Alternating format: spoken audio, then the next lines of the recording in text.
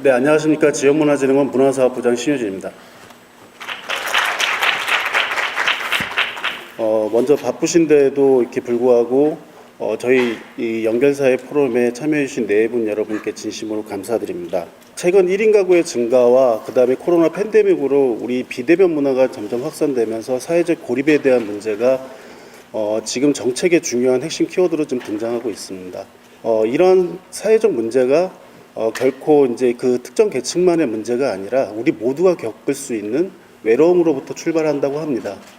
그럼 이런 외로움을 예방하기 위해서 문화체육관광부와 지역문화진흥원은 올해 2023 그 연결사회 지역 거점 프로그램 사업을 좀 실행하고 있고요.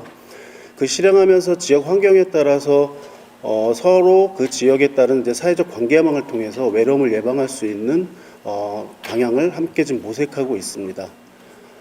얼마 전에 그 OTT 드라마에서 진행했던 정신병동에도 아침이 와요를 아마 대부분 다 보셨을 텐데요. 거기에서도 보면은 이런 정신적 심리적 문제가 더 이상 이제 어떤 특정 계층만의 문제가 아니고 우리 모두에게 다가올 수 있는 그 문제임을 암시하고 있습니다. 또한 그 드라마에서도 나타나듯이 그 문제를 해결하기 위해서 서로 간의 관심과 그리고 우리가 함께 지혜롭게 해결해 나가는 과정도 제시하고 있더라고요. 이런 문제는 저희가 더 이상 이제 그 고위험군으로 나타나는 현상까지 기다릴 것이 아니라 이런 외로움을 예방하기 위해서 먼저 우리 모두가 함께 되는 그 관계망을 좀 함께 모색할 수 있는 그런 우리의 모두 사회의 관심으로부터 출발해야 된다고 생각합니다. 모쪼록 오늘 그 연결사회 포럼을 통해서 더 이상의 이제 그 그러니까 중앙정부 차원의 정책만이 아니라 우리 모두가 함께 모색하는 이제 방향으로서 함께 그 외로움을 예방할 수 있는 소중한 시간이 되시기를 바라겠습니다. 끝까지 자리 함께 해주셔서 앞으로 이제 우리가 함께 나가야 될 방향에 대해서 다양한 이제 문화적 해법을 찾을 수 있도록 끝까지 함께 해주시면 감사드리겠습니다. 감사합니다. 서울시립대학교 도시사회학과 교수 이윤설입니다. 오늘 발표 사회적 연결과 문화의 역할. 우리 모두가 다 공식적인 또는 비공식적인 이제 관계를 다 갖고 있죠. 이런 관계들은 우리들한테 뭐 정보라든가 자원 같은 것들이 움직이는 통로로서 역할을 하게 되고요. 그러다 보니까 우리 삶의 어떤 질에 있어서 굉장히 중요한 역할을 하게 된다고 알려져 있습니다. 이러한 사회적 관계들은 이 개인적인 차원에서는 그냥 관계지만 사회적인 차원으로 넘어가게 되면 이 구성원 간의 어떤 사회적인 관계로 확장이 되게 되는데요. 사람들은 다양한 관계에 있는 사람들과 다른 사람들과 지속적으로 만나고 얘기하고 그렇게 상호작용하면서 관계를 형성해 나가고요. 그런 관계들에 의해서 사회적인 호혜성이라든가 그다음에 개인적인 신뢰 같은 것들이 만들어지고 이런 것들이 전체 사회를 묶어내는 사회적 네트워크로 발전하게 됩니다. 이제 이런 연결망이 있어야지 우리가 공동의 목표를 갖고 움직일 수 있는 집합적인 행동이 가능하다라고 많이들 얘기하고 있습니다. 이러한 사회적 관계가 여기 나와 있는 것처럼 통합이라든가 연계에 굉장히 중요한 역할을 하는데요. 이러한 점에 있어서 중요한 이제 이론적 개념이 여기 나와 있는 이제 사회적 자본이라고 할 수 있습니다. 보통 사회적 자본 하게 되면 뭐 이제 물적인 자본이 있고요. 돈이라든가 뭐 이런 것들이 있겠죠. 그다음에 인적 자본, 휴먼 캐피탈 해가지고 내가 이제 하나의 의미 있는 걸 만들어낼 수 있는 인적 자본이다라고 생각할 수 있는데요. 우리가 사람과 사람과의 이제 관계에 의해서 내가 사람을 알고 나한테 의미 있는 관계가 되고 그런가 사람과 사람과의 관계에서 자연스럽게 이제 축적이 되는 것을 이제 사회적 자본이라고 얘기를 하게 되는데요. 이러한 사회적 자본은 공통의 이익을 위한 조정, 협조를 가능케 하고 그야말로 사람을 그냥 개개인이 아니라 사회적인 사람, 즉 서로 관계를 맺고 그다음에 상대방의 규범을 지키고 그다음에 신뢰를 할 수 있는 그야말로 사회적 존재로서 만들게 되는 기본적인 이제 역할을 하게 됩니다. 이러한 것들이 있어야지 우리가 이제 사람들 살면서 얻을 수 있는 여러 가지 사회적 지지, 그러니까 개인이 살면서 힘들고 어려울 때 얻을 수 있는 여러 가지 도움 같은 것들을 얻을 수 있다라고 얘기들을 하게 되죠. 이렇게 사회적 자본이 풍부할수록 많은 사람과 관계를 맺고 그 사람들과의 의미 있는 관계 속에서 내가 다른 사람을 도와주고 또 도움을 받고 그런 것들이 하나의 규칙이 되고 이런 관계가 맺어지는지 여부는 보통 이제 우리의 삶의 질, 우리가 얼마나 행복하고 잘 지낼 수 있는가라는 데 있어서 굉장히 중요한 역할을 한다고 알려져 있습니다. 특히나 많은 연구에 따르면 일반적인 성인은 물론 뭐 청소년이라든가 고령층, 특히 취약계층 이런 사람들한테 아주 중요하다라는 연구들은 굉장히 많습니다. 자, 이런 사회적인 연결이 있어야지만 저기 나와 있는 것처럼 우리가 얘기하고 있는 신뢰라든가 아니면 믿음이라든가 하는 사실은 별거 아니지만 우리가 그야말로 사회로서 가능하게 하는 여러 가지 것들이 생기게 되고요. 그러다가 보니까 이런 것들을 어떻게 하게 되면 좀 풍부하게 만들까를 생각하게 돼서요. 지역적인 이런 사회적 자본을 더욱더 풍부하게 만드는 거버넌스들을 제도적으로 만들려고 노력을 하게 됩니다. 이제 이런 게 중요한 게 물론 개개인의 사람들이 행복하게 사는 데도 중요하긴 하지만 특히나 여기 나와 있는 보통 사회적인 여러 가지 문제들, 뭐 빈곤이라든가 불평등이라든가 하는 소위 지역 문제, 어쩌면 우리가 다루고 있는 그런 어떤 고립이라는 것 문제까지 다 포함을 해서 그런 문제 해결에 굉장히 중요한 기반이 역할을 하게 된다. 그래서 이제 지역사회의 발전을 하기 위해서는 말씀드린 바와 같이 사회적 자본을 좀 풍부하게 하기 위해서 노력하게 되고요. 그래서 이제 사람들 관계도 만들어주고 그 다음에 정책적인 결정 과정에서 참여도 하게 해주고 그러는 가운데 참여해 주시는 시민분들의 책임성도 높아지기 위해서 여러 가지를 노력을 하고 있다고 알려져 있습니다. 자, 근데 서두에 좀 이렇게 딱딱한 사회적 개념이라고 하는 얘기를 먼저 던지면서 시작을 했는데요. 사실 그런 이유가 지금 말씀드린 바로 우리나라의 상황 때문에 그렇습니다. 여기 지금 사회통합 실태조사 2022년 가장 최근 거에 보게 되면 나 좀 사는데 외롭다라고 느끼시는 분들이 한 4분 내지 5분 중에 1분, 특히 여기 보시면 아시겠지만 코로나 기간 중에 꽤 높아진 걸 여러분들 보실 수 있을 거예요. 굉장히 사회적으로 고립이 돼 있고 단절이 돼 있고 힘들어 하시는 분들이 많다. 왜 그러냐? 많이들 1인 가구 증가하고 스마트폰에 막 빠져 있고 특히나 얼마 전에 코로나 때문에 많이 힘드시고 하는 분들이 계셨었다. 그 다음에 다양한 갈등 같은 것도 여러 가지 사회적으로 이제 이런 어떤 고립감을 느끼는데 역할을 했었다라고 알려져 있습니다. 특히나 여기 보시면은 아시겠지만 여기 성별 연령별로 봤었을 때 특히나 좀 고립돼 있다고 느끼시는 분들이 여성보다는 남성분들이 그 다음에 연령으로 봤었을 때는 나이가 많으시면 많으실수록 그러니까 좀 이렇게 나이 많은 남성분들이 특히 사회적으로 많이 고립돼 있고 외롭고 다른 사람들의 도움을 못 받는다라고 알려져 있습니다. 뭐 집안일 부탁도 마찬가지. 힘들고 어려울 때 얘기를 좀 나눌 수 있는 사람 좀 있으십니까? 역시 마찬가지로 나이가 좀 많으시고 그 다음에 좀 남자분들이 특히나 좀 더 많은 괴로움을 갖고 있다라고 얘기를 합니다. 이제 그래서 최근에 한 연구에 따르면 이제 직접적으로 이렇게 고립돼 있고 외롭다고 하니 어느 정도인지 보자라고 해서 2022년에 조사된 결과를 갖고 왔는데요. 조사 대상의 이제 절단점이 이제 그 보통 얘기하는 바 많은 외로움을 느끼시는 분들의 비율인데요. 점수를 봤었을 때 절단점 이상이 되시는 분들이 약 한 57%다. 그러니까 뭐 결과에 따라 다를 수도 있겠지만 우리나라 분들은 꽤 많은 분들이 좀 뭐 객관적인 지표를 보았었을 때 좀 어렵다, 외롭다, 이렇게 누구한테 이렇게 좀 도움을 받지 못한다. 특히 이제 이 지표를 볼 때 특히 이제 중요한 것이 여기 나와 있는 것처럼 나는 나와 같이 있어줄 사람이 부족하다. 특히나 혼자 남겨진 것 같다. 고립되어 있다. 그러는데 이제 특히 우리나라에서 되게 중요한 게 나는 도움을 청할 사람이 아무도 없다. 내가 세상을 살면서 모든 걸 다 잘하는 사람이 있을 수는 없겠죠. 그럼 누군가한테 도움을 받아야 될 텐데 그럴 때 손 내밀 수 있는 사람이 없다. 이런 얘기들을 많이 하십니다. 이렇게 외로움이 많다라고 하게 됐었을 때 지금 최근에 이런 외로움이 뭐 아마 이 얘기는 들어보신 분들이 있을 거예요. 외로움에 빠지는 것이 하루에 담배 12개 피씩을 꼬박꼬박 피우는 것 못지않게 더 나의 건강에 안 좋다라고 얘기들을 하고 있고요. 맨 아래 이 WHO 외로움을 긴급한 세계, 요게 이제 며칠 전에 사실은 그 언론에 보도가 됐었습니다. 이제 보신 분도 있었을 텐데요.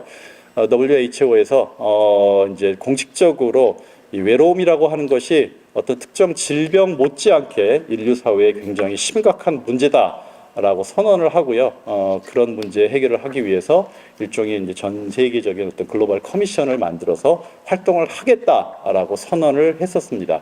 그래서 이제 첫 번째 회의를 갖고 자기들끼리 아젠다를 발표하기도 했었죠.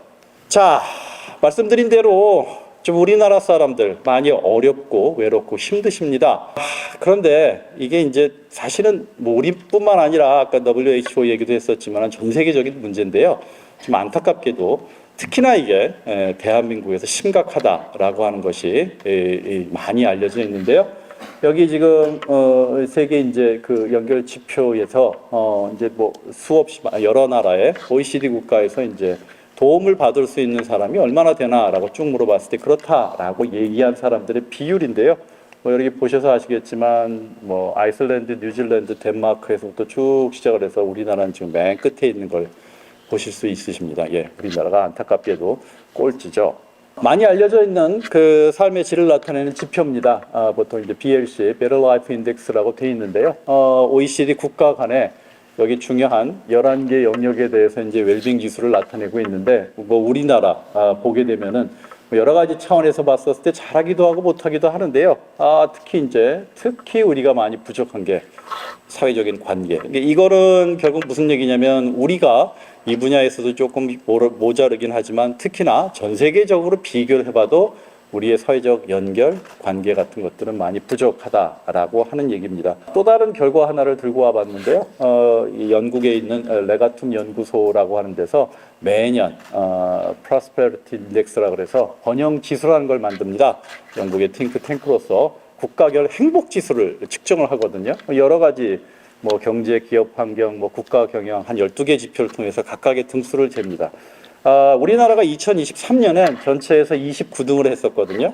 그런데 이제 각각의 영역 중에서 사회적 자본 부분은 한 120등인가 130등 했던 것 같아요. 그러니까 다른 건 우리 아주 잘하는데 전 세계적으로 이제 많이 알려져 있다시피 우리나라 다른 나라의 관계에서 좀 여러 가지로 어렵다. 관계가 많이 어렵다라고 되어 있습니다. 이제 그래서 지금 현재 지역문화진흥원에서도 이 문제를 심각하게 여기고 지금 현재 여러 가지 실태 조사를 진행하고 있으시고요. 자, 그러면 이렇게 문제가 심각합니다. 심각하니 이 문제를 우리는 어떻게든 해결을 해야겠죠. 좀 더 좋게 해줘야 될 텐데 어떻게 하나 일단은 말씀드린 대로 사실 우리가 좀 심각하긴 하지만 대한민국 못지않게 다른 나라도 이 문제에 대해서 이제 좀 심각하게 생각을 하고 여러 가지로 이제 해결을 하려고 노력을 하는데 어떻게 하나 지금 먼저 봤더니 여기 나와 있는 대로 문화, 예술이 굉장히 중요한 역할을 하게 되더라 이겁니다. 예를 들어서 영국 정부에서는 문화 예술을 통해서 사회적 연결 강화를 위해서 굉장히 많이 노력을 하고 있습니다. 그래서 이제 정책을 통해서 무언가 어떤 공동체를 만들어내려고 그러고 있고요. 구체적으로 보게 되면 공통의 언어, 경험의 공유 그런 걸 통해서 이 통합, 관영, 특히나 사회적 자본과 같은 것들을 형성해내야 된다라고 얘기를 하고 있고요. 특히나 이런 그 노력에서 예술 활동이라고 하는 것은 뭐 신체적, 정신적, 뭐 삶의 질 다양한 차원에서 긍정적으로 영향을 미치고 있다라고 보고 있고 그쪽을 위해서 굉장히 노력하고 있습니다. 그러한 노력을 위해서 여기 나와 있는 것처럼 외로움을 공공보건의 중요한 문제로 인식을 하고 뭐 여러분들 아시는 분들은 아실 겁니다. 그래서 이제 외로움 장관을 임명을 했는데 따로 외로움 장관을 임명을 하는 게 아니라 주로 일하는 방식이 문화예술을 통해서 해결을 하고자 하기 때문에 문화, 미디어, 체육부 장관, 우리를 치면 이제 문체부 장관님에 해당하시겠죠. 그분을 이제 외로움 담당 장관이다라고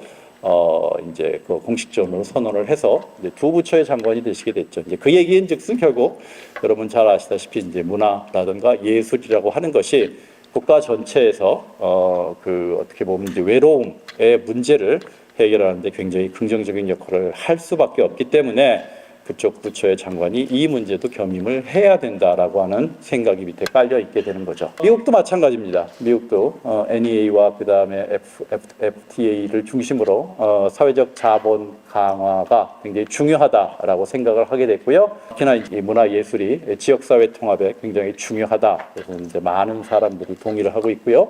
경험적인 연구 결과를 보게 되면 이제 예술 직접도가 높은 도시일수록 시민들이 사회 창업도 많이 하고 많이 화합하고 지역의 아동복지 수준도 되게 높더라. 결국은 여기 보면은 이제 왜 예술이 중요하냐라고 하는 Americans for the Arts라고 하는데 잘 연결이 돼 있고요. 그리고 또 다른 연구 결과가 이제 우리 그 공공벽화 같은 거 굉장히 많이 하죠. 그런 지역이 아무래도 상대적으로 사회적 통합, 신뢰 수준에 굉장히 큰 역할을 하고 있대더라라는 얘기들 많이 하고 있습니다. 우리나라도 사실 뒤지지는 않고 있습니다. 한국에서도 굉장히 다양한 문화예술 사업의 어떤 사회적 연결 강화를 위해서 노력을 하고 있는데요. 예를 들면은 뭐 이제 그 제주도의 창조경제혁신센터의 사업 같은 것들을 들 수 있습니다. 참가하시는 분들이 각기 계시는 비즈니스 하시는 분, 지역운동 하시는 분, 다양한 이런 분들을 한꺼번에 만들어서 그 다양한 연구 관계를 맺게 해서 지속적인 관계를 유지하고 네트워크를 만들어서 그런 분들이 사회의 지역의 문제를 해결하는 데 공헌하는 혁신 자본으로서 기능하도록 도와주기 위해서 많은 노력을 하고 있다라는 것들이 이미 알려져 있죠. 조금 더 해외의 정책을 좀 보도록 하겠습니다. 호주는 아예 모든 문화예술에만 국한되지 않고요. 뭐 교육이라든가 복지라든가 지원이라든가 뭐 기타 등등 굉장히 많은 정부의 사업에 명시적으로 사회적 자본을 형성시키고 확대시키고 증진시키는데 이바지해야 된다라고 명시하도록 규정하고 있고요. 아까 말씀드린 영국은 이제 외로움에 맞서기 위해서 소위 이제 Connected Society, 그러니까 연결된 사회라고 하는 것이 현대 우리 정부가 나아가야 될 다양한 방향이다라고 얘기를 하고 세 가지 목표를 설정을 하고 있습니다. 다양한 인적인 관계, 비공식 관계에 있어서 외로운 사람들을 서로 지원을 하게 되고요. 조직 네트워크도 만들고 그다음에 다양한 정책 수립을 하는데 특히나 그냥 사업을 하는데 끝을 내지 않고 실제로 어떤 사업을 하고 있고 그 사업이 실제 참여하시는 내지는 주변 분들한테 어떤 의미를 갖고 있는지 뭐를 달라지게 만들었는지 하는 다양한 증거를 수집하기 위해서 노력하고 있다고 알려져 있습니다. 특히 이제 여기서 영국의 케이스도 그렇고 또 이 외로움 그다음에 사회적 고립에 대해서 얘기하시는 많은 분들이 공통적으로 지적하는 게 이 부분입니다. 우리가 이제 누군가 외롭다 하게 되면 외로움이라고 하는 것들을 함부로 내가 외롭다는 얘기 하는 거 쑥스러워하고 내가 뭔가 문제가 있는 거 아닌가라고 생각하는데 그렇지 않고 우리는 누구나 살다가 보면은 외로움에 빠질 수 있고 힘들 수 있으니까 그거를 자연스럽게 드러내고 사람들한테 도움을 청하고 또 전체 사회적으로 그 문제에 대해서 인식하고 대응해야 된다라고 하는 거죠. 뭐 여러분들 잘 아시다시피 우리가 요즘 보니까 주변에 그 감기 몸살 걸리시는 분들 굉장히 많으시던데 보면은 감기 몸살 걸렸다고 나 지금 감기 몸살 걸렸어를 일부러 숨기시는 분들은 아무도 없잖아요.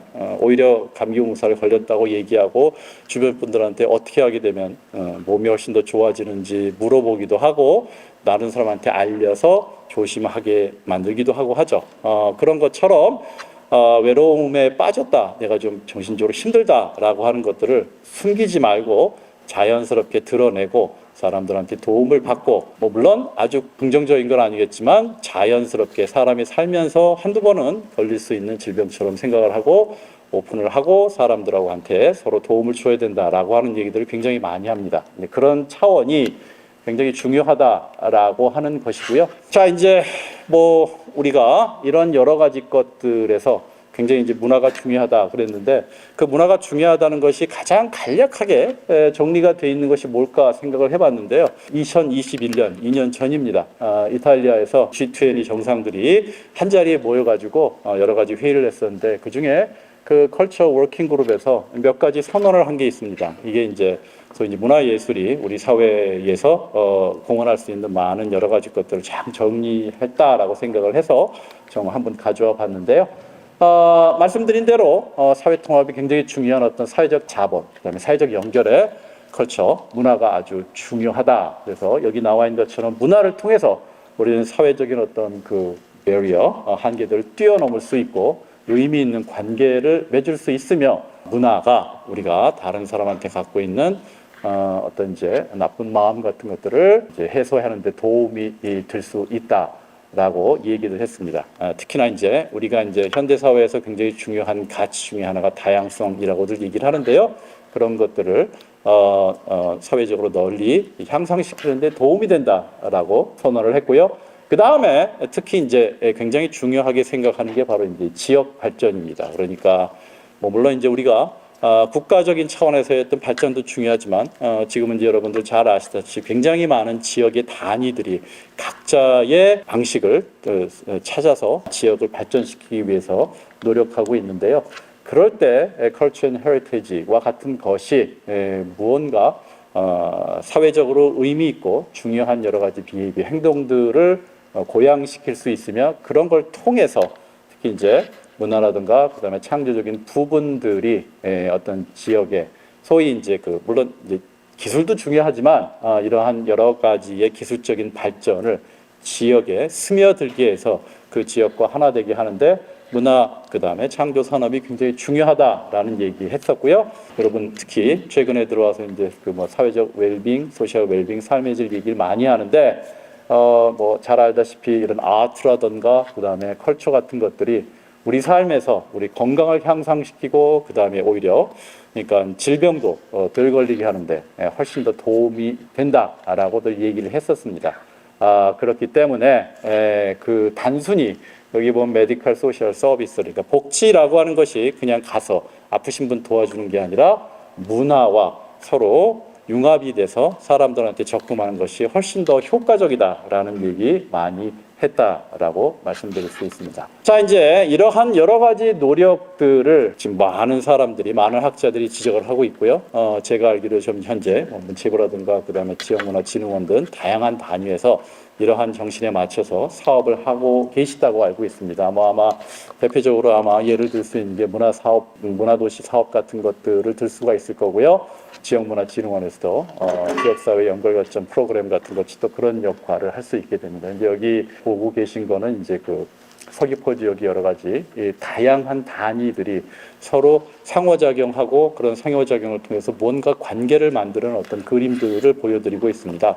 이런 것들이 결국은 그 지역의 사회적 자본을 풍부하게 하고 그럼으로써 지역에 있는 사회적 고립의 정도를 낮추고 사는 사람들의 삶의 질을 고양시키는 데 큰 역할을 하고 있다라고 평가할 수 있을 겁니다. 학문적으로도 굉장히 중요한 주제일 뿐만 아니라 사회적으로도 이제 많은 사람들의 관심을 갖고 있는 얘기고요. 그렇기 때문에 많은 사람들이 이런 사회적 관계에 대해서 관심을 갖고 이런 것들을 어떻게 지역 단위에서 좀 더 문화를 통해서 널리 알릴까 고민하는 것이 아주 중요하다라고 결론을 지어서 말씀드릴 수 있을 것 같습니다. 장시간 동안 얘기를 들어주셔서 감사합니다. 문화관광연구원 정보람입니다. 오늘 제가 이제 발표드릴 내용은 외로운 고립감 문제에 우리 국가가 어떻게 대응하고 있고 나아가서 문화정책에서 어떤 과제와 방향을 가지고 앞으로 진행이 돼야 되는지를 여러분께 한번 말씀드리고자 준비해봤습니다. 먼저 그 외로움 고립감 대응정책 동향인데요. 한국 사회의 외로움 특징은 사회적 관계, 앞서서 기조발제 때 많이 강조해 주셨는데 사회적 연결감이 우리 경제사회적 조건이 유사한 국가들하고 비교해 봤을 때 상당히 취약한 수준입니다. 보시면 아래 하단에 있는 퀄리티 오브 서포트 네트워크 보시면 80%가 도움을 필요할 때 의지할 수 있는 사람이 없다. 그러니까 우리나라 10명 중에 8명은 본인이 너무 힘들고 고독할 때 도와줄 수 있는 사람이 없다고 스스로 느끼고 있는 겁니다. 실제로 있어도 없다고 느끼고 있는 이런 그 연결감에 있어서 상당히 취약한 상태인데요. 여러 가지 지표들을 볼 때 우리 오른쪽에 있는 지표가 BLI 지표, 그러니까 우리 삶의 질을 구성하는 지표들인데 보시면 객관적인 소득이나 일자리, 주택 이런 지표들, 교육 이런 지표들은 점수가 상대적으로 높은데 우리는 주관적인 사회적 연결감에 대해서 부족하다고 느끼거나 또 주관적 웰빙 이런 주관적 삶의 질에 있어서 상당히 취약한 특성을 가지고 있습니다. 그렇다 보니까 이런 외로움이나 고독감에 대한 대응을 국가 차원에서도 많이 관심을 가지고 앞으로 더 강조해야 되는 그런 현실에 놓여 있는데요. 외로움이나 사회적 고립감은 개념적으로 봤을 때는 크게 두 개로 구분할 수가 있습니다. 하나는 객관적 차원, 그러니까 실제로 만남의 빈도가 적거나 혼자 있는 시간이 많은 그런 것들의 차원이 있는데요. 이거는 이제 1인 가구나 혹은 가족이나 가족 외에 만난 사람들의 빈도수로 측정이 가능합니다. 그런데 아시다시피 우리나라의 1인 가구가 전체 40% 이번에 이제 육박을 했다고 해요. 그렇다 보니까 대부분의 사람들이 혼자 고독한 시간들을 많이 가지고 있는데 가족이나 친척과의 교류 단절에 있어서도 기준 지표를 19년으로 잡은 건 우리가 코로나 시기에 혼자 있는 시간을 많이 경험한 시기인데요. 그때하고 비교해 봤을 때 현재 회복이 되지 못하는 지수를 가지고 있습니다. 그러니까 우리가 코로나 겪으면서 그 단절감이 잠시일 것이라고 생각했는데 그게 다시 회복이 되지 못하는 상황입니다. 그리고 친척이나 가족 외에 있는 교류도 상당히 취약하고 이거 역시도 코로나 이전 시기를 제대로 회복하지 못하는 게 우리 한국 사회의 특징입니다. 두 번째는 주관적 차원입니다. 이거는 우리가 여러 군중과 함께 있을 때도 고독하다고 느끼는 그런 주관적인 측면에서의 외로운 고독감인데요. 이거는 실제로 같이 연결되어 있거나 여러 사람과 같이 있더라도 스스로 고독감이나 외로움을 많이 느끼는 그런 감정적인 것, 정서적인 측면입니다. 여기에 있어서도 우리나라 많이 취약하죠.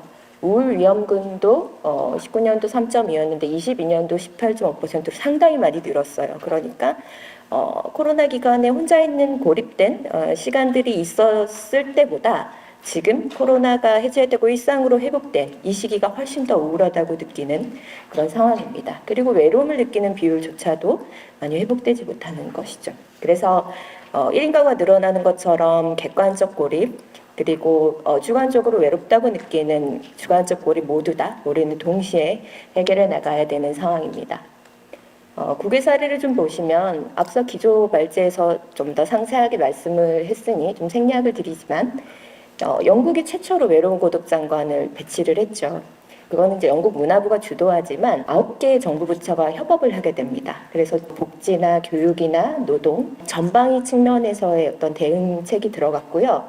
거기서 문화부가 주도권을 잡은 이유는 앞서 영문으로 좀 소개가 되었긴 한데 크로스 커팅 섹터이기 때문입니다. 그러니까 문화가 이런 고독이나 외로움을 해결하는데 관통하는 가치를 가지고 있기 때문이죠.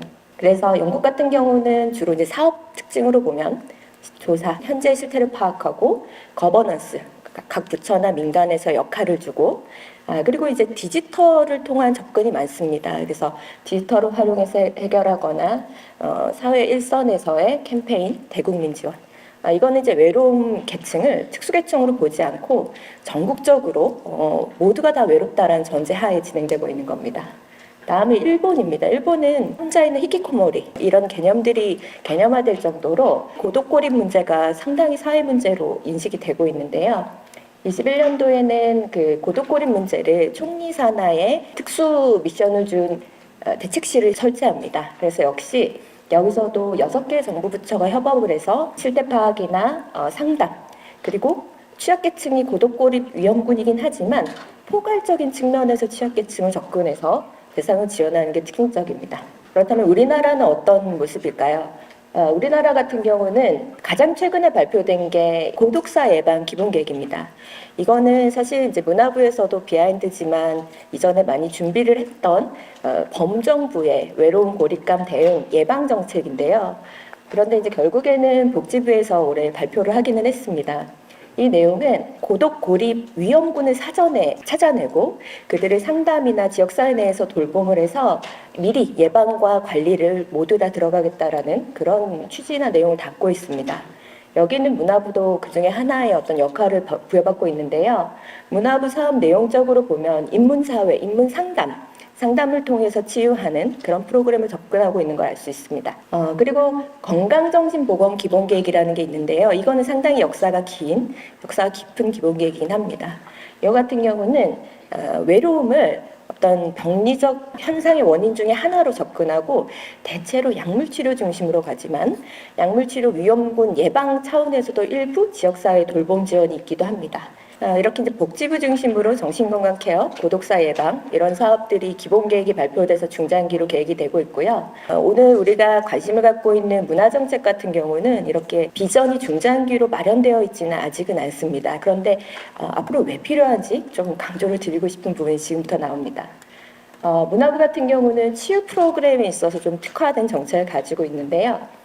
치유 프로그램 같은 경우는 문화뿐만 아니라 산림청, 농촌진흥청, 해수부 이렇게 이제 유관부처에서 개별 법을 마련해서 치유라는 명칭을 법정 용어로 사업을 하고 있는 상황입니다. 문화부는 아직 그렇지는 못한데요. 이 치유의 특성은 스스로 취약해질 때 스스로 케어할 수 있는 자가 회복 능력을 키워주는 데 특징이 있습니다. 그렇다 보니까 이제 정신병적, 병리적인 측면에서의 어떤 외로운 고립감 대응하는 것도 아니고 특히 여기에 전제는 혹시 여러분들 최근 드라마 중에 정신병동에도 아침이 와요라는 거 보신 분 있으신가요? 거기 보면은 뭐 망상부터 조현병 상당히 다양한 증상들에 대해서 이제 저희가 편안하게 받아들일 수 있는 그런 프로그램을 짰던데 그 내용을 보시면 하나하나의 사연을 보면 사실 우리 일반인이 구별하지는 않지만 우리 사회에 누구나 겪을 수 있는 그런 사례들을 많이 담고 있더라고요. 것처럼 병리학적으로 꼭 정의하지 않아도 우리는 모두가 다 외로움이나 고독감의 취약성을 가지고 있는 현대인들의 어떻게 보면 질병이라고 할 수 있는 상황입니다. 그렇다 보니까 스스로 그 치유하는 능력에 대한 지원들을 각 부처에서 관심을 가지고 진행을 하고 있습니다. 문화부 같은 경우는 치유라는 개념으로 사업을 시작한 건 2015년도가 처음이긴 합니다. 예술교육에서 한 파트 측면으로 마음치유, 예술치유라는 사업들이 있었는데 최근에는 우리 지역문화진흥원에서 주도적으로 하고 있는 연결사회 거점 프로젝트처럼 사회적 연결을 목표로 한 사업들을 관심을 가지고 그것들에 대해서 구체화하고 있는 작업을 하고 있습니다. 산림치유 같은 경우는 공간을 중심으로 치유하는 것, 치유농업 같은 경우는 농업을 하면서 그 안에 자기의 자아를 발견하는 그런 치유. 해양치유 같은 경우는 우리가 이제 마음의 어려움을 바다를 가잖아요. 그런 개념을 가지고 온 겁니다. 그런데 이들은 모두 다 법정 계획이고 그 치유 인력에 대해서도 법에 명문화하고 있는 게 특징입니다. 그렇다면 왜 문화예술치유가 중요하냐? 앞서 WTO에서 발표한 자료를 기조발제에서도 소개를 해주셨던데요. 상당히 중요한 의미를 갖고 있습니다. 왜냐하면 예술치유, 문화치유는 그동안 문화계 안에서 주로 주장을 하던 영역입니다. 그림이나 춤이나 공연 이런 것들을 접하면서 스트레스가 사라진다든지 같이 다른 사람과 접촉을 하면서 삶의 동기를 느끼거나 공동체에 속하는 소속감을 느끼는 그리고 협업을 하면서 보다 자존감이 높아진다든지 이런 치유적 특성을 주로 문화예술계에서 주장을 많이 했었는데요. 2019년도에 세계보건기구에서 예술의 치유가, 문화의 치유가 예방적 측면이나 지원적 측면을 넘어서 치료의 기능도 있다라는 보고서를 발표합니다. 한 3,000개의 리뷰를 통한 보고서인데요. 그 안에 보면은 예방이나 증진, 관리, 치료, 그러니까 보건비를, 의료비를 줄여줄 수 있는 효과까지 있다라는 상당히 파격적인 결과를 WHO에서 내고요. 안에 거를 사례를 조금 몇 가지를 보면 노화를 예방하거나 병을 지연시키고 그리고 어린이의 정서 발달에 특히 도움이 있다라는 결과들을 종합한 결과가 있습니다. 그런 외로운 고립감 대응 정책 영역은 크게 세 가지로 정리할 수 있을 것 같아요.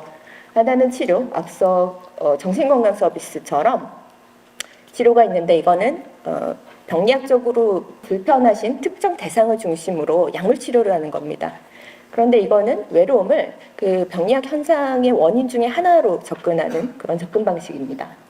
두 번째는 돌봄인데요. 이게 이제 많이 관심을 갖고 기본계획 안에 들어가 있는 그런 내용입니다. 이거는 고독사 예방 관리 계획 안에 대체로 돌봄이 있는데 이 안에는 이제 예방적 차원의 접근을 하기도 하고 의료, 그러니까 병원까지 가지 않는 정신적으로 취약한 계층을 발견하고 그들에게 이제 프로그램을 제공하는 건데요. 근데 여기에서 좀 아쉬운 거는 대체로 상담 중심의 접근 방식입니다. 외로운 고독감을 치유하는 거를 상담이나 자조 모임을 통해서 회복할 수 있도록 하는 방식인데요. 이거는 그 내담자들이 상담자 카운셀러의 의존감이나 신뢰도가 쌓이지 않는 한은 그 효과를 좀 입증하기 어려운 그런 한계가 있습니다. 그리고 사람과 사람이 만나 접점을 주는 다양한 프로그램에 대한 수요는 많은데 그거를 다 충족하지 못하는 한계점이 있습니다. 그리고 오늘 관심사인 치유입니다. 이거는 앞서 문화나 산림이나 농촌, 해양에서 치유를 법적으로도 많이 진행을 하고 있다 설명드렸는데요. 치유 같은 경우는 문화치유나 연결사회 사업 같은 경우는 컨텐츠 중심입니다. 그러니까 미술, 춤, 음악, 사람과 사람을 만나게 해주는 매개적 효과로서 컨텐츠 기능을 가지고 있고요. 산림치유나 농업치유나 해양치유는 공간입니다. 산림은 숲속이나 산이고 농업은 농촌 지역이고 해양은 그 바닷가 이런 것처럼 그 공간 안에서 치유를 하는 건데 그 공간을 채우는 컨텐츠가 필요하겠죠. 그래서 치유 안에서는 컨텐츠와 공간의 개념이 있는데 이것이 이제 문화치유와 나머지 다른 치유 사업들의 차이라고 할 수 있습니다. 그럼 좌표를 보시면 수동적 참여는 이미 외로움이나 고독감이 발견이 돼서 후속적으로 정부 정책이 투입되거나 아니면 개인이 그 치유나 치료를 받는 그 수동적 참여 측면이 있는데 이거는 정신건강복지나 고독사 예방은 수동적 참여의 특징이 있습니다. 그런데 치유는 자기 스스로가 마음 건강을 회복하도록 노력하는 예방적 차원이자 자기주도적인 자가 회복의 특징을 가지고 있습니다. 그 문화나 산림이나 해양 농업 치유 같은 경우는 그런 자기 회복력을 기반으로 하는 그런 치유적 특성이 있는데 그 중에서도 문화는 컨텐츠, 나머지 산림, 해양, 농업은 공간적 특징이 있습니다. 그래서 이들이 협업했을 때 사실은 보다 효과적인 그런 치유를 완성할 수 있을 거라고 저는 기대합니다. 그래서 이제 문화정책이 앞으로 나가야 될 방향 두 가지 정도 말씀드리고 마치겠는데요. 먼저 문체부가 사회적 연결이나 치유 정책의 컨트롤 타워가 돼야 된다는 겁니다. 이건 앞서 쭉 말씀드렸던 문화가 가진 컨텐츠의 기능, 그리고 그것들의 효과, 그리고 지금 다른 분야에서 관심을 가지고 있는 공간적 개념이나 병리적 측면의 접근, 돌봄의 접근 이런 것들에 크로스 커팅하는 섹터는 문화입니다. 그렇기 때문에 문화가 그 사회적 연결이나 치유 정책에 있어서 중심이 되어야 될 것이고 그거를 위해서는 준비해야 될 몇 가지가 있습니다. 먼저 이런 사회적 연결의 효과가 문화가 정말 있는지를 측정할 수 있어야 됩니다. 그렇기 위해서 접촉 수준을 진단하거나 원인과 영향을 파악할 수 있는 지표 개발, 그것이 상당히 중요할 것이고요. 그 이후에 이거를 해결한 로드맵을 짜기 위한 조사나 연구도 계속돼서 강화돼야 됩니다. 그리고 부처 간의 협업을 위해서 각 부처 역할이 필요할 겁니다. 이거는 앞서 영국이나 일본에서 본부처 협력 정책을 할 때 각 부처의 역할을 준 그런 것들을 참고해서 만들 수 있을 것 같아요. 그렇게 해서 각 부처에서 하고 있는 치유 정책을 연계 협력하고 그 중심의 컨트롤 타워가 문화부가 돼야 된다는 겁니다. 오른쪽에 법정 치유 프로그램 구성을 보시면 이거 법에 있는 내용이거든요. 보시면 산림 치유도 여가 프로그램을 가지고 있고 농업 치유도 농촌 문화라는 프로그램이 있고 해양 치유도 여긴 대놓고 미술, 음악, 심리치료 이렇게 되어 있어요. 결국엔 이 공간을 제공하고 있는 치유 정책들 안에서는 문화적 프로그램을 요구하고 있는 겁니다. 그런데 이제 이 부처에서는 어떤 이 인력을 가지고 오거나 프로그램을 짤 노하우라든지 이게 축적되어 있는 문화부와의 협력이 필요할 것으로 저는 판단됩니다. 두 번째는 인력과 그 관리에 대한 시스템입니다. 문화예술 프로그램은 정보를 제공하고 이후에 치유가 어떻게 단계적으로 변화되는지에 대한 경과 관리, 그리고 이제 예술 치유 인력에 대한 정보를 가지고 배치할 수 있는 그런 시스템화된 접근이 좀 필요할 것 같습니다. 이 같은 경우는 지역사회에 있는 치유 사업이라든지 사회적 연결 사업에 문화 프로그램을 배치하는 방식입니다. 그렇게 하기 위해서는 문화 프로그램에 배치할 수 있는 인력, 예술 치유 인력에 대한 정보나 인력 풀들이 모아져야 될 것이고 그것들을 현장에 배치하고 매개하고 알선할 수 있는 그런 인력이 필요할 겁니다. 예를 들어서 이제 소셜 커넥터라는 영국 그 외로움 치유 정책에 들어가 있는 중심부의 인력들을 사례를 오른쪽에 있는 모델 그림을 가지고 왔는데요. 그 인력이 결국은 문화예술 프로그램과 다른 기관이나 다른 시설에 있는 사람과를 연결해주는 그런 내용입니다. 그래서 그 사람이 문화 프로그램을 연결한 다음에 어떻게 사람이 바뀌는지에 대한 경과관리, 그것이 다시 정책으로 선순환되는 그런 구조를 만들 수 있을 것으로 보입니다. 네, 이상으로 정책 동향과 우리 문화정책이 나가야 될 방향에 대한 발표를 마치겠습니다. 감사합니다. 네, 반갑습니다. 문화예술 영역, 특히 치유를 하려고 하는 문화예술 영역에서도 피 좀 뽑자. 피 뽑아서 검사 좀 하자 이런 얘기를 해요. 왜냐하면 치유라고 하는 프로그램을 하는 데에서는 그 프로그램을 하기 전에 피를 뽑거나 매파를 검사하거나 뭔가 병리적인 것을 검사를 합니다. 그 다음에 그 활동한 이후에 그 효과가 실제로 치유 효과가 나타난지를 검증을 해요. 이게 뭔 말이냐면 과학적 검증이 필요하다는 거죠. 제가 요즘 관심이 있는 주제 중에 하나가 맨발 걷기입니다. 인류학자로서 약간 관심을 갖고 있는데 인터뷰를 좀 해봤더니 맨발 걷기를 하는 사람들이 입덕하는 과정이 있어요. 그래서 입덕하는 과정을 봤더니 가장 핵심이 간증이에요.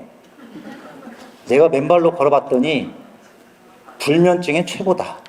남자들에겐 전립선이 최고다. 어떤 분은 암을 치료했다. 그러면서 걸으면서 유튜브로 이 간증을 끊임없이 듣습니다. 종교에 귀의하는 거하고 비슷해요. 그러면서 맨발 걷기를 신봉합니다. 근데 의사들은 맨발 걷기가 사람에 따라서 굉장히 안 좋다고 해요.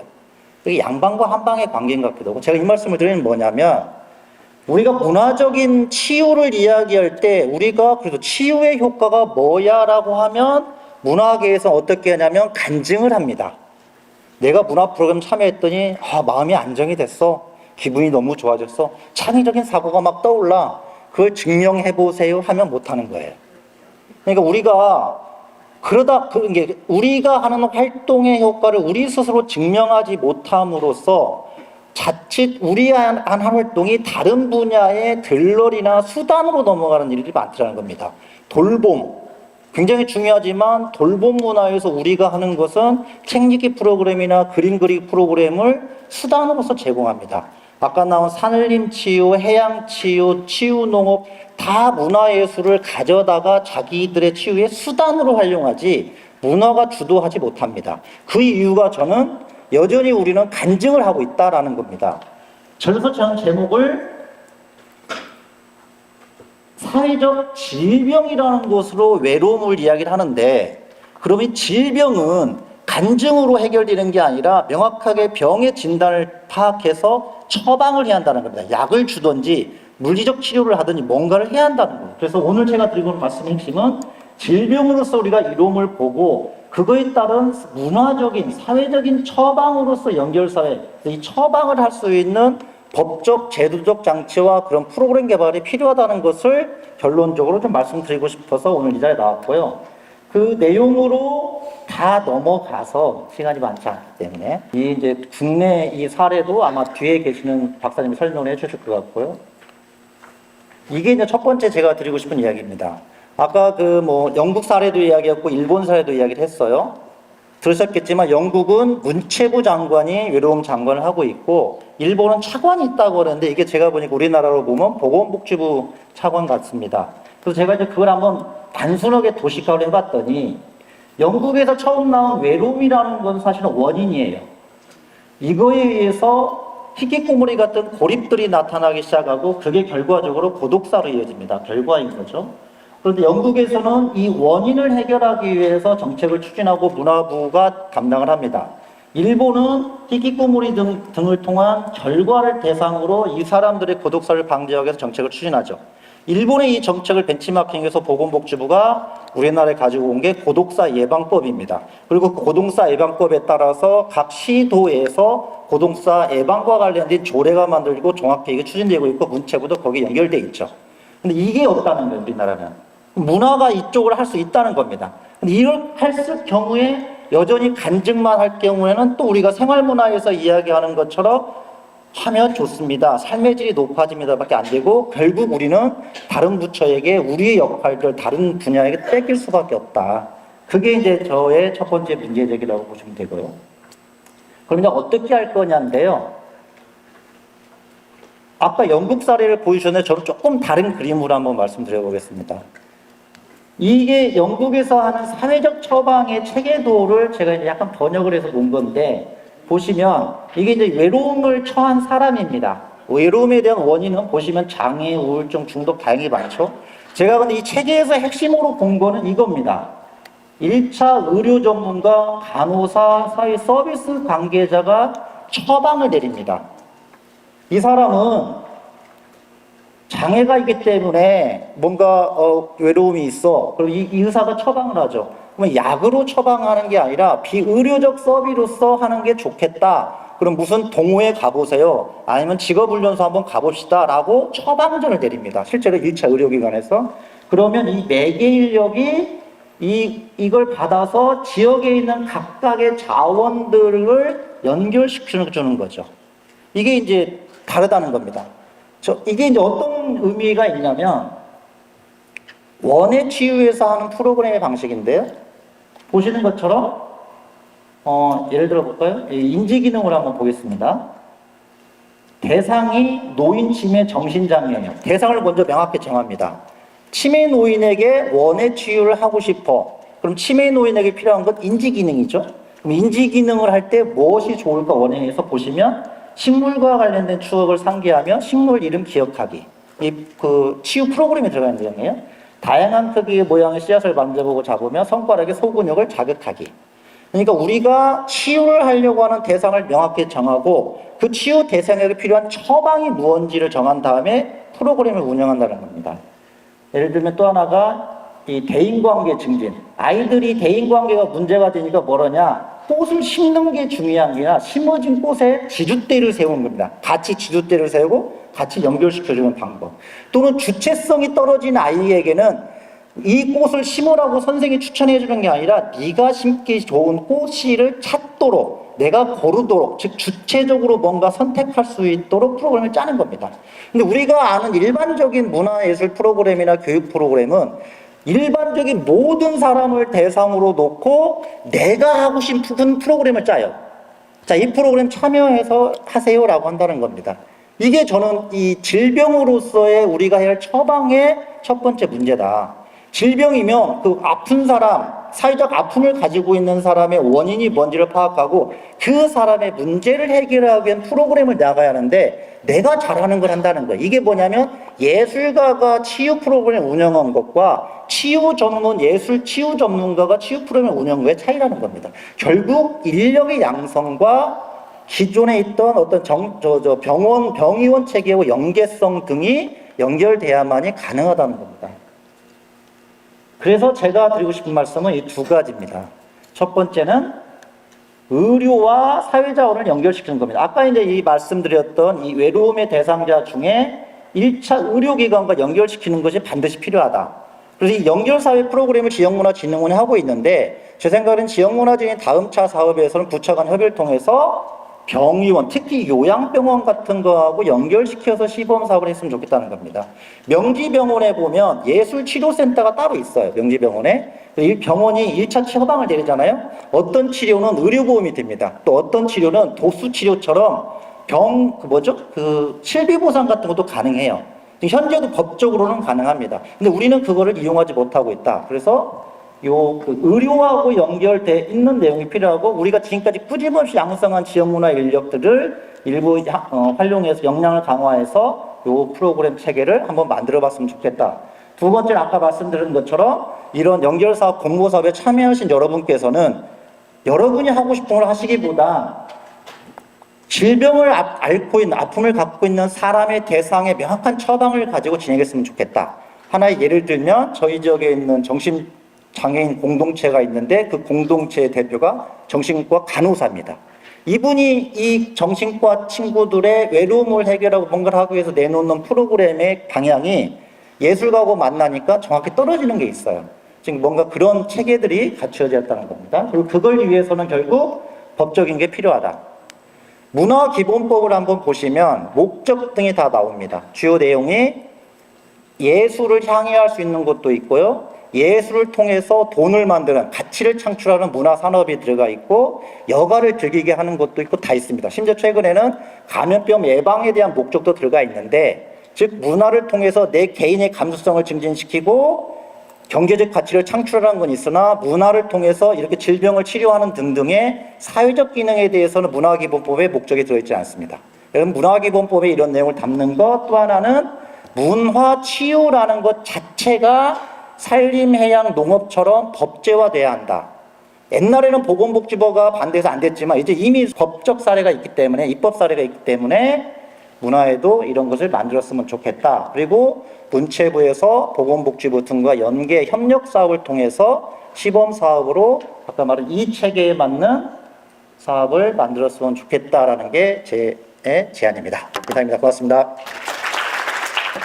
네, 안녕하세요. 한국청소년정책연구원 유민상입니다. 저는 청년기의 고립에 대해서 연구를 하다가 최근에는 아동청소년의 고립을 연구하고 있고요. 전 사실 문화와는 가장 먼 사람인데 오늘 불러주셔서 너무 감사드리고, 제가 기존의 정책들이 가지고 있는 조금 한계점들이 있는데, 그 한계점들과 지금 오늘 발표되는 사업들과 어떻게 연계를 할 수 있는지에 대해서 발표를 드릴 예정입니다.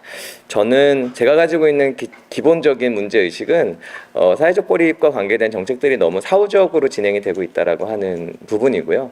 그리고 너무 선별적으로 되고 있다라고 하는 부분입니다. 사실은 더 보편적인 문제이고 더 예방적으로 가야 될 필요가 있는데, 저는 그런 관점에서는 오늘 발표되는 지역문화진흥원의 사업이 가장 그런 관점에서 적합하다고 생각을 합니다. 그래서 제가 관련된 부처들 갈 때마다 문체부의 연결사회 프로그램을 한번 참고해봐라 라고 항상 말씀을 드리는데, 앞으로도 그런 방식으로 연계가 됐으면 좋겠습니다. 네, 저는 10분만 발표하라고 그래서 배경과 동향과 그리고 시사점 바로 넘어갈 예정입니다. 개인화, 디지털화, 그리고 코로나19 영향으로 사회적 고립이랑 외로운 문제가 굉장히 크게 부상을 하고 있고요. 중요한 건 원래는 노인의 문제로 알려졌었는데 최근에는 중장년과 청년기 쪽으로 내려왔고, 그리고 아동 청소년기의 문제로도 이야기가 되고 있습니다.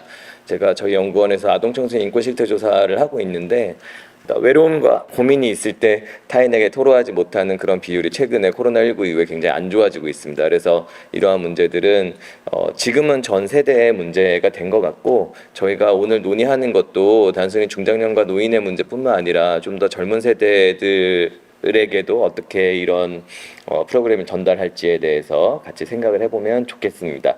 네, 이거는 아까 이제 영국 사례들을 계속 말씀해 주셨는데, 영국에서도 아동 청소년기의 외로움이 어떤지에 대한 연구들도 진행이 되고 있어서 저희 연구원에서도 제가 같이 이런 부분을 연구하고 있습니다. 네, 그리고 외로움과 사회적 고립은 굉장히 다학제적으로 연구가 이루어지고 있습니다. 오늘 참여하신 분들의 배경을 보시면 아시겠지만 이 외로움이라고 하는 게 단일한 것으로 뭔가 해결할 수 있는 그런 부분이 아니기 때문에 굉장히 다학제적인 접근이 필요하고, 여기 계시는 선생님들도 다 굉장히 큰 기여를 해줄 수 있는 그런 부분이라고 할 수 있습니다. 사실 사회적 고립과 외로움은 좀 모호한 개념이라고 다들 생각을 하고 있고요. 그럼에도 불구하고 대체적으로 동의하는 두 가지 명제가 있습니다. 하나는 사회적 고립과 외로움에 대한 단일한 개입 방법은 없다라고 하는 것입니다. 이거는 상담과 병원에서의 진료, 약물 이런 것으로 다 해결될 수 없다라고 하는 그런 부분입니다. 그렇다고 하면 우리가 이러한 부분에 대해서 인식한다고 하면 과연 우리에게 필요한 것은 무엇일까에 대한 고민이 있어야 되고, 사실은 그러한 부분을 어떻게 종합적으로 같이 제공해 줄 수 있을까, 이런 부분을 같이 고민해 볼 필요가 있습니다. 저는 지자체 조례들에 대해서 분석을 했는데요. 아주 간단하게만 말씀드리면, 이 개념에 대해서 왜 제가 가지고 왔냐, 사회적 고립과 관계돼서 조례들이 다 각기 다른 이름으로 나가고 있습니다. 어디서는 이제 사회적 고립이라고 하는 명칭도 사용이 되고, 어디서는 외로움이라고도 되고 있고, 그리고 직접적인 관련이 있는지는 조금 멀리 있긴 하지만 고독사라든지 그리고 니트 청년이라든지 이런 부분과도 같이 관련이 있습니다. 사회적 고립 대응 조례는 155건인데요. 이게 고독사의 개념이 최근에 예전에는 홀로 죽음을 맞이하는 것이었는데 최근에는 개념 자체가 사회적 고립 상태에서 죽음을 맞이한 것으로 바뀌었습니다. 그래서 이전에 있었던 고독사 조례가 사회적 고립 조례로 많이 바뀌고 있고요.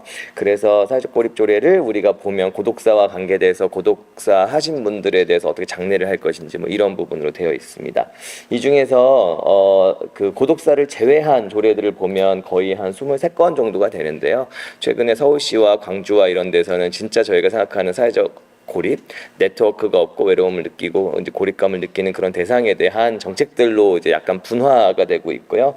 그런 분화된 프로그램을 보시면 사회경제적인 참여를 기본으로 지원 사업을 구상하고 있습니다. 그래서 단일한 영역의 단일한 사업이 아닙니다. 광주시의 사회적 고립 청년 지원에 관한 조례를 보시면 사회 공동체 참여와 기회 활동, 고립 청년 맞춤형 일자리, 응급상황 대처, 그리고 대상자 발굴, 그리고 이제 그 이외의 사업들로 구성이 되어 있습니다. 그러니까 사실은 이 지원 사업들이 아직 명확히 되진 않았지만 굉장히 많은 사업들이 들어올 수 있는 그런 부분이라고 알 수 있습니다. 고독사 대응되는 것은 250건이고요. 이제 뭐 고독사 예방 사업이나 이런 부분들이 들어가 있습니다.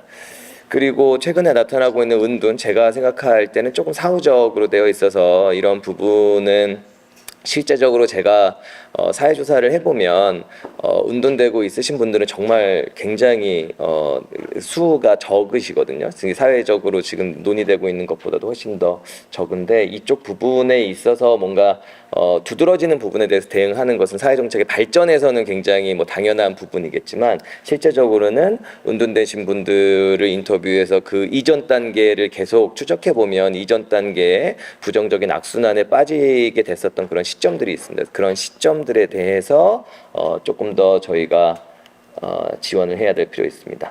외로움 대응은요 6가지가 있는데요. 경상남도 통영시를 시작으로 6개 지자체에 설치되어 있는데 일부는 고독사나 아니면 조금 사후적인 부분과 관계가 되어 있습니다. 굉장히 특색 있는 거는 군산시에서 군산시 청소년 외로움 치유와 행복을 위한 조례라고 하는 게 만들어져서 이전에는 이것이 연령대로 보면 조금 뒤에 연령대로 관계가 되어 있는 것이라고 생각을 했는데 저희가 이제는 좀 전 연령대에서도 같이 대응을 하는 문제다 정도로 생각을 할 수 있습니다. 대신에 문제는 지금 여기 조례들을 제가 가지고 왔는데요. 저희 지원 사업들이 무엇인지를 보시면 심리 상담 및 뭐 심리 검사, 통합 사례 관리, 뭐 방문 간호, 뭐 그리고 뭐 외로움 치유 전문가 양성 및 교육 홍보 이런 식으로 되어 있습니다.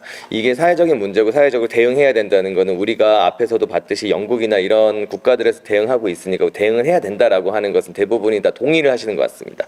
근데 그 동의를 해서 우리가 과연 무엇을 할 것인가에 대해서는 아직까지 연구가 많이 되지 않은 상태이기 때문에 발전이 더딜 수밖에 없는 것 같습니다. 사실은 우리가 연구 그리고 지역에서의 여러 가지 시도를 통해서 어떤 것들이 실제로 효과가 있더라라고 하는 거에 대해서 자꾸만 같이 얘기를 해야 되는 그런 상황에 있습니다. 그런 면에 있어서는 우리는 지금 출발선상에 있고 이 출발선상에서 우리가 앞으로 한동안은 계속 이런 논의를 많이 해야 될 필요가 있다라고 생각을 할 수가 있습니다.